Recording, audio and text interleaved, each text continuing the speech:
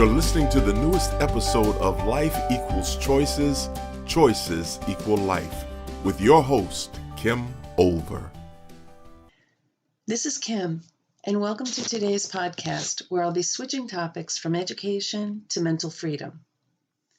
Mental freedom is the process I have developed based on William Glasser's choice theory psychology to operationally define and implement a choice theory practice leading to complete mental freedom. Today, I want to talk with you about gaining control of the stories in your head. Have you ever noticed that when you're missing information you believe, especially information you don't have, that your brain provides you with the information you crave? The only problem is that the information is completely fabricated on your best guess, and most of the time your best guess has nothing to do with what's best. Take these made-up stories in your head, add to it that our brains are hardwired for negativity, and you are truly heading for a disaster. This 1 + 1 = 2 adds up to a made-up story, leaning toward the negative, equals horrible consequences for yourself.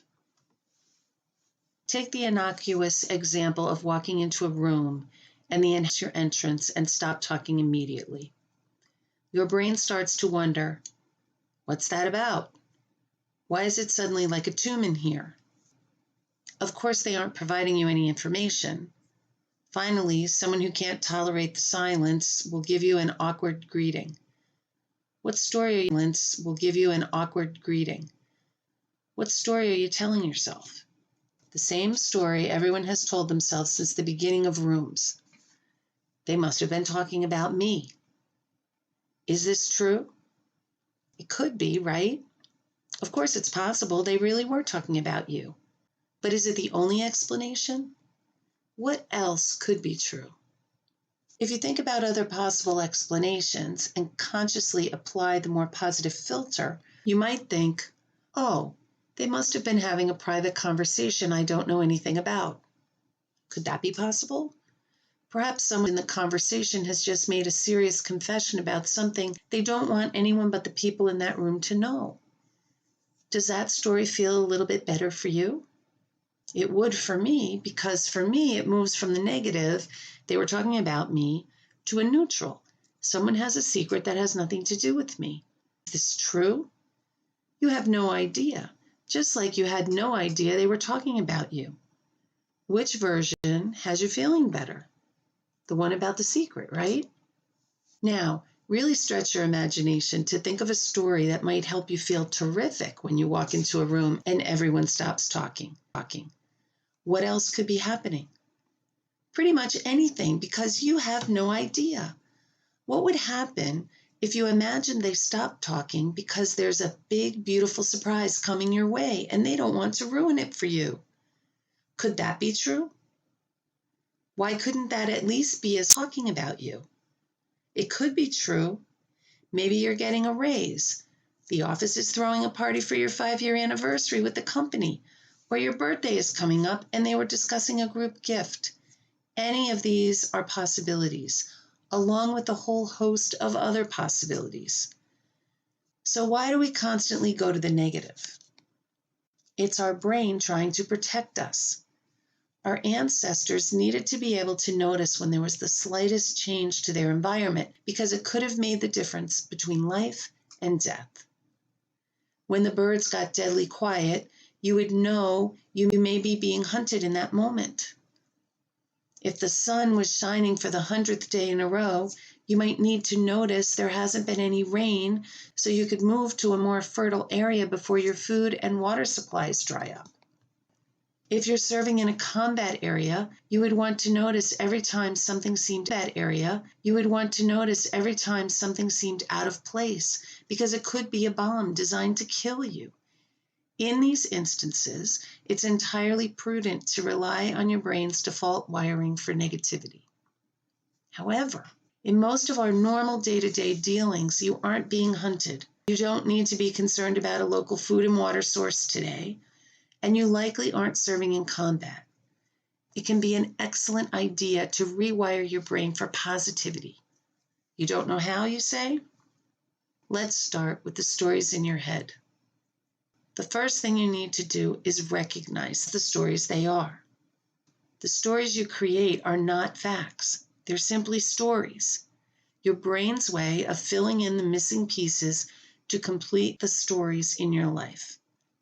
Your brain leans towards negativity, so more of the stories are painful.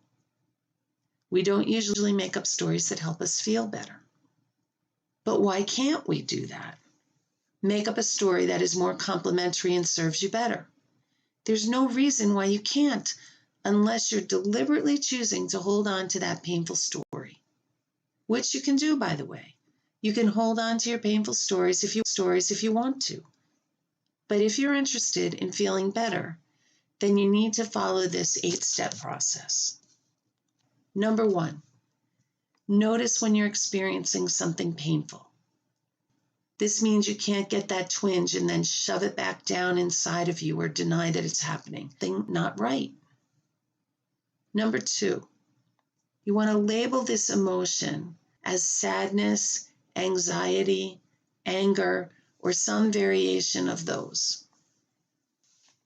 Number 3, pinpoint where you're feeling it in your body and focus on releasing that sensation from your body. 4, notice the thoughts that you connected to that feeling. Typically, when you experience an emotion, instead of just expressing it as an emotion, your brain is telling you a story about what the cause of the emotion is. Where did this pain come from? Oh, I don't know. It was my parents, my spouses, my bosses, my coworkers, my child's fault. They are to blame for this feeling I have created inside my body. Of course, that's not necessarily true. But for number 4, you just need to recognize the thinking that goes along with the feeling you're experiencing. It's not just an emotion. There's a story connected to it. So identify, what story are you telling yourself? Number 5, when you notice that you up on the spot, then ask yourself if what you're telling yourself is true.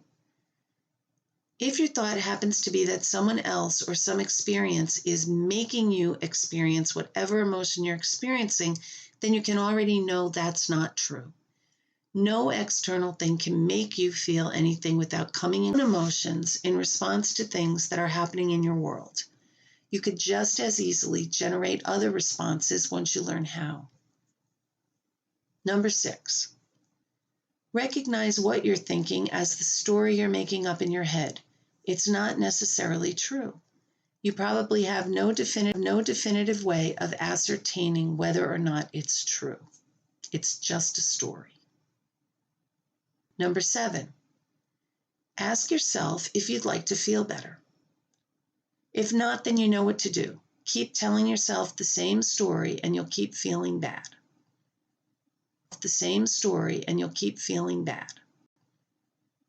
Number 8, if you want to feel better, realize you're making up the story, and as its author, you can tear up that story and write yourself another one. Only this time, write yourself a story that makes you feel better. Example, you've been in an exclusive relationship for a year. In what seems completely out of the blue, your partner breaks up with you without any explanation. One day, you're thinking this is your happily ever after relationship, and the next, boom, your partner is gone. This leaves your brain with they leave. I thought we were so happy. How did I not see this coming? When you pose those questions, your brain begins to immediately search for the answers. And in the absence of real data and evidence, it will compose a fictional story about what might have been. Remember earlier when I said that your brain is hardwired for negativity? Using its default wiring, your brain is going to compose a story that's painful. The answers come hard and fast and sound something like this. What happened? You're such a loser, your partner couldn't be around you anymore. They're probably involved with someone new already. Why did they leave you? Isn't it obvious? They left because you're a loser. You're just not good enough. You talk too much. You're not pretty enough. You have on more pounds than normal, and Lord knows you're not sexy enough. Happy? Yeah, how oblivious can I be? I'm floating around thinking I'm in this great relationship, and the whole time they were looking for a way out. They were probably even cheating on me, and I didn't even know. How did you not see this coming? I am so trusting I'm ridiculous. I constantly made excuses and looked the other way when I should have been asking questions and paying closer attention. It's actually my fault I'm alone again. When your brain responds to your questions in this way, how do you think it leaves you feeling? That's right, pretty horrible. Let's walk it through the eight-step process. Number 1, notice when you're experiencing something painful. This won't be a problem. You'll know you're in pain. Number 2, label the emotion. You will likely be experiencing pain that actually feels physical. Underline deep sadness. Number 3, pinpoint where you're feeling it in your body and focus on relieving that sensation from your body. Where you feel your pain will be unique to you. I normally experience emotional pain in my solar plexus. Some people feel it in the form of a headache, backache, intestinal challenges, joint aches, breathing problems, or just about any physical manifestation you can think of. Where in your body do you experience your pain? Number 4, also notice the thoughts that you connected to that feeling. We already talked about the thoughts, such as, I'm not good enough, why did this happen, and how could I be so dumb to not have seen it coming? Number 5, when you notice those thoughts, if you don't crack up on the spot, then ask yourself if what you're telling yourself is true. You can't know if your thoughts about why he left are true or false, so the answer is you can't be sure they're true. As for your thoughts about yourself, you know they aren't true. You didn't see it coming because you trusted your partner.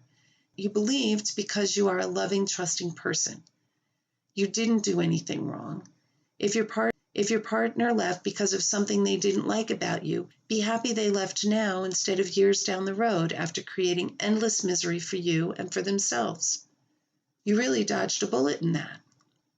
This is also the step where you realize your partner isn't the one causing your sadness. You are. You are actually devastated you. But that is my subject for next week's podcast. How would you want to be feeling if you could choose it? Number 6. Ask yourself if you have concrete evidence to support what you're thinking. Even if there is some evidence, it's not likely to be proof that would hold up in a court of law. There may be facts, like you found your partner in an intimate context with another person. That just means your partner had relations with someone else. It does not provide any proof about you or what you're telling yourself that means. Number 7. Ask yourself if you'd like to be rid of the pain. Sometimes you might choose to hold on to it in the way of a martyr or because it's your best choice at the moment. This is fine as long as you consciously make the decision to do it. Being a martyr can be very satisfying. You get to play the victim and you can vilify others in your life. You'll at least get some loyal friends to support your martyrdom, and you will feel quite righteous in your pain. In addition, episode 18 of this podcast lists 10 reasons why people choose misery. It lays out the benefits and if it's your only way to receive said benefits, you may continue to choose it. However, it's better to make that choice with full awareness rather than allowing it to occur by default. At least when you're conscious of the choice, you can examine other alternatives and perhaps find a better one. So if you'd like to, you'll want to revise the story you're telling yourself in your head. Number 8. Decide as its author to trash the story you made up in your head causing you to feel pain and write a new one more congruent with the way you would rather be feeling. You can tell yourself with relief that you found out now before you got even more interdependent with this person. You could tell yourself they had to leave because your light was so bright they felt negligible in comparison. Any story you tell yourself that helps you feel better will do. You don't even have to fully believe it. Just know it's as likely to be true as the negative one you made up originally. True as the negative one you made up originally. You're making it up. You might as well make up a story that helps you feel better, right? As an aside on this approach, it is also important when you've gained some distance on the shock of whatever situation you find yourself in, that you review the situation to determine what you need to take responsibility for and what you'll decide to be responsible about. For more on this topic, check out podcast number 26 titled The Mental Freedom Process. I'm not saying you shouldn't take inventory of your contribution to end the relationship. The approach about changing the story in your head is about helping you to change how you're feeling so you aren't hostage to your painful emotions. When you later do your inventory to look for your responsibility, this never feels bad if you're doing it correctly. It's not about taking responsibility so you can blame yourself and create more pain. No, it's about taking responsibility for your part in it so you can stop feeling like the victim. You want to examine what, if anything, you did that contributed to the situation so you'll do better next time. A life unexamined will lead you to repeat the same patterns over and over again. I hope you enjoyed today's podcast about one aspect of mental freedom, changing the painful stories you make up in your head. If you would be interested in learning to use the mental freedom process in your life, consider signing up for our mental freedom group coaching for 11 weeks with a small group of 6 to 8 people. You will learn the right way to take responsibility for your actions without blame and how to engage your ability to respond now. You will learn how to trust everyone in your life, and even strangers, to do one thing. And once you do, you'll never be disappointed again. We'll discuss the importance of language and the messages you give yourself that completely weigh you down and box you in.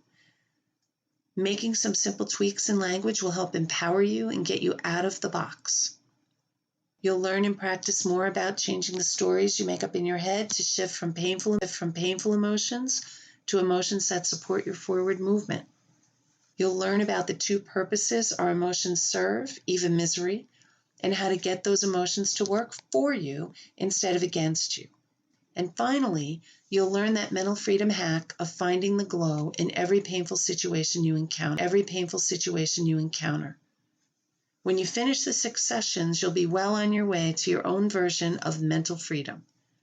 If you'd like to hear what my current participants are thinking about mental freedom, just take a look at last week's podcast. We talked to the participants of my first group of mental freedom coaching. If you'd like to get on my wait list, the link is in the show notes, or you can write it down as https://